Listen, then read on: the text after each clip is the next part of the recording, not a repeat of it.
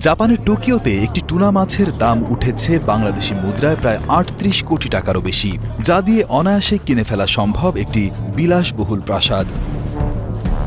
জাপানের টোকিও শহরের প্রধান মাছের বাজারে ঘটা এই ঘটনা সারা বিশ্বকে অবাক করে দিয়েছে।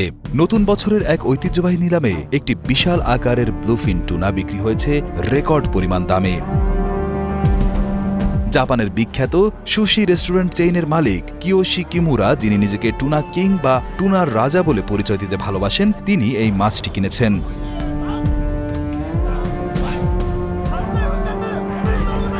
$243 কেজি ওজনের এই বিশাল মাছটির দাম উঠেছে $3.2 মিলিয়ন মার্কিন ডলার। বর্তমান হিসেবে যা বাংলাদেশি মুদ্রায় প্রায় ৩৮ কোটি ৪০ লক্ষ টাকারও বেশি।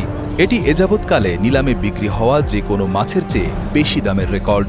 এর আগে 2019 সালে একটি মাছ বিক্রি হয়েছিল প্রায় ৩৩ কোটি টাকায়, কিন্তু এবারের দাম আগের